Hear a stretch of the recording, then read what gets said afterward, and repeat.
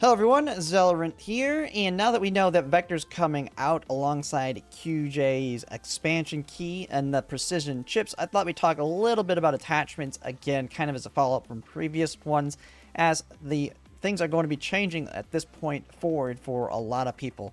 One of the first things is that at this point, attachments should be pretty much a majority of your farming. Now we are getting an update to the gold here, where now you're going to be able to farm this unlimited amount of times versus just 4 a day, but you will have like a bonus of 4 that you get as kind of like a top up on top of the main farm. With that, you're only going to want to do the top up, so it's really not going to change much. Now, if you're desperate for gold, which you really shouldn't be at this point, you can farm it more, which is kind of what they're adding more to it. But I would only on a daily basis, if you're swimming in gold like I am, which once we get all the attachment stuff, that will slowly start to dwindle. But at this point, just do the top-ups even when the new part comes out. Everything else should be going towards attachments at this point for a majority of people. Especially because even free-to-play, it should be that case, because free-to-play are skipping units here and there. So you're needing less of these other resources to build more units. Like I've been actually desperate for some of the other ones just because I've gotten every single unit in the game. But even now, at this point, I'm focusing mainly on attachments. One of the big things that has changed that was kind of a pain point earlier was these. A lot of people, I think, were having problems with these. You're always running out. But at this point, you should be able to collect enough just from the events that we're having, like right now where it's doubling it up, where you can just focus on getting these here. And you should now start to slowly actually get an abundance of these over time as we get new units, especially if you're not pulling every single unit like I am. And one of the things that kind of helped with that, especially if you're not doing it now, you want to make sure you're doing it, is boundary push, because right now the biggest thing with boundary push is you get a crap ton of the purple and the blues, and you can utilize these. The purple ones make it where you can easily utilize these to convert them to the tier 5 ones. So all you really need to farm are the tier 6 ones, which you'll get plenty just from doing this double up event, as well as the currencies that you can buy in the shops from different events, that you should never have issues with them anymore at this point, unless they start really ramping up another variation of a way to spend them. So at this point, you should be farming attachments. So that's kind of what I wanted to say there. And now when it comes to attachments, we're going to take one thing you might want to start focusing on if you're going to be getting Vector and heavily investing in the burn team, is now is the point where, if you haven't been, you should be farming the AI shotgun burn attachment here. So you should start doing the burn boost one. And that is because, as we've seen, QJ's expansion key is going to be converting her support actions now to burn, which means she is going to want the burn pieces of the kit, so that way you can maximize her damage. And the great thing about burn has probably the most efficient farm, although it's kind of been the most annoying so far since I haven't really gotten any AR burn pieces, but it does also farm the shotgun burn pieces.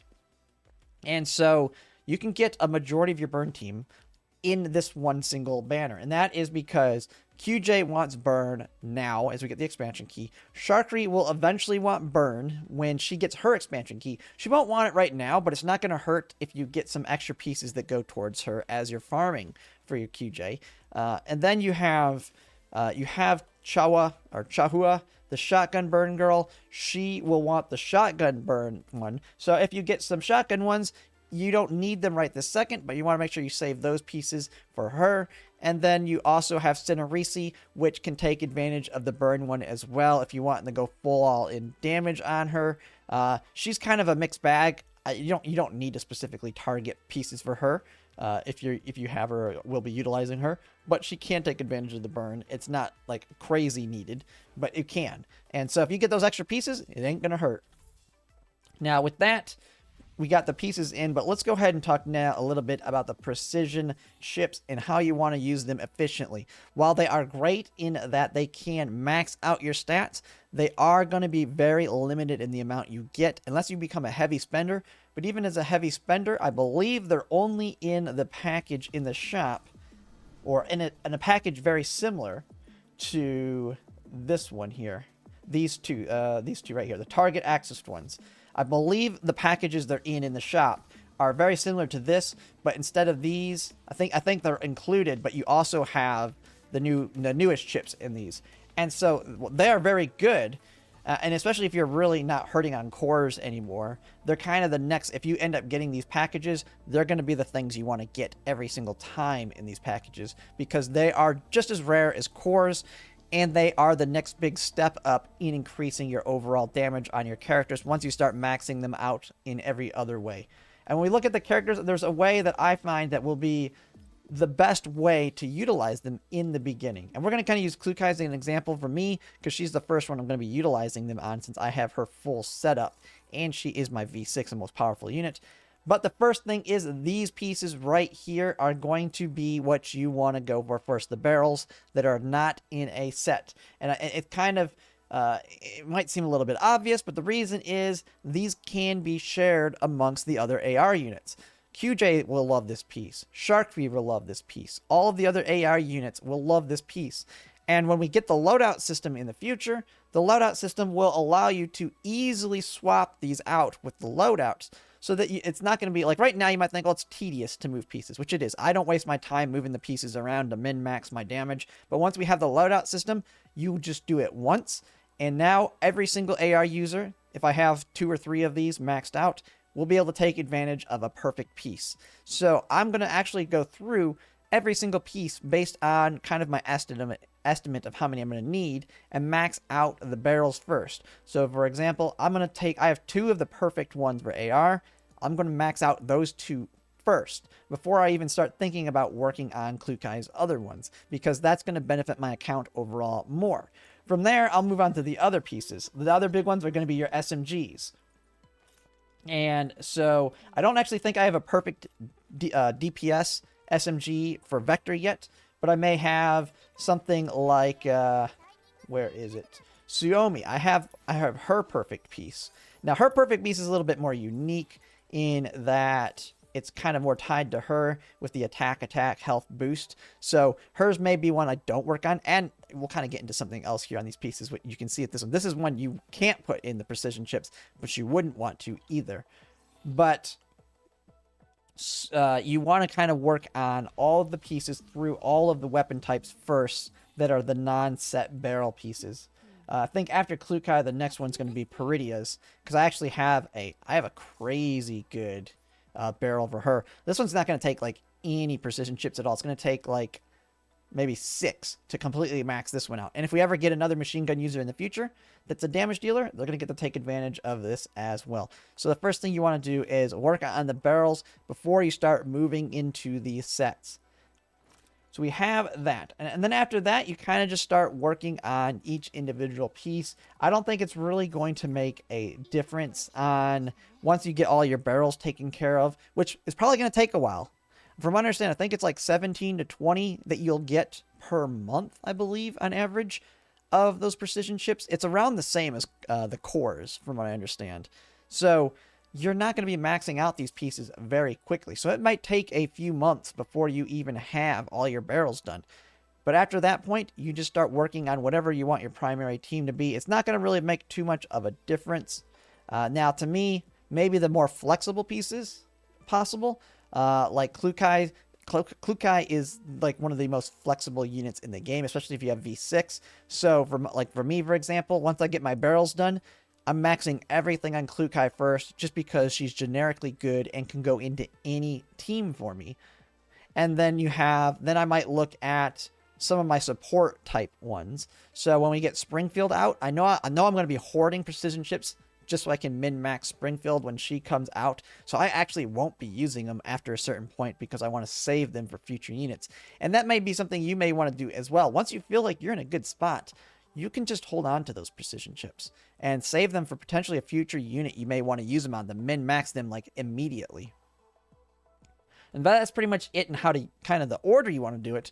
But now when to do it. And from what I've seen, some people have tried running the math. I don't have it right on me this second, but you want to try and you don't want to really use the precision chips until you have about an average of 160% on your rolls for your pieces. So like this piece right here looks to be about on average 160. Then it has decent substats on it here too. Just know the precision chips will finish off the white all the way up to 100% first. and then it'll push it to 200%. But the reason you still want to worry about calibrating them, like, let me see, all of her pieces are pretty decent. But the reason you want to worry about min-maxing this is just like we've already mentioned. You want to conserve as many of those precision chips as you can, because they are quite rare. They are not even near as rare as these ones here. So you can be a little bit spendy on this, because you are required to get at least 100% on all of them before you can even calibrate it in the first place. And actually, now thinking of it, one thing I did not mention yet is how they actually work when it comes to improving the weapon. They kind of showcased it in the video. But first, you have this first bar all the way up to this one line here. You can just say this is 100%. So every 10% increments all the way to here, that is 100%. And then after that, when you calibrate it, you can calibrate all the way from 0 to 200%. So if you have it maxed out like this one and it goes all the way to the middle, this looks to be a 100% roll. If I would have got a 200% roll, it would have been all the way here. What those precision chips do is they add a flat 10% to this. And so it's not 10% of the current value. It's just a flat 10% on the amount. So at this one, it's at 100%. And it looks like I rolled 100%. So if I use one precision chip on here, or it's going to take it up to 110%. So in order to max this piece out, I'm going to need 10 of them to take it from 100% to 200%, if that makes sense. So that is why it's very important to get as high of rolls as you can, because if you have an average of 160%, that means it's only going to take 12 of them to max out that piece. And like I said, you're only going to get about 17 to 20 a month. So if you kind of do that, you can think you're only going to max maybe 1.5 weapons a month. If you're free to play. And so you really, really want to be picky on these pieces, and because of that very reason. But that is kind of how that works. And it's really ultimately comes down to your teams that you're building. I mean, it's going to be subject to that. To me, the most free-to-play friendly teams are Burn and Hydro. Those are the ones you may want to invest in the most. So that's just my opinion. Corrosion, if you've heavily invested into Klukai like I have, so if you have V3 or V6, she may be the one that you want to go ahead and invest in all of her attachments once you get the barrels done. That's what I'm going to be doing. I think that's what a lot of people are doing who have V6'd her. But yeah, that's pretty much it there. I think it's a very good system. I really like the idea that you can kind of complete the RNG grind with them, but it's still going to take time. Like, you're not going to just do it super quick, so you have to be picky with them. But yeah, that's pretty much it. If you like my content, if you can like, comment, subscribe, it really helps. And thanks for watching.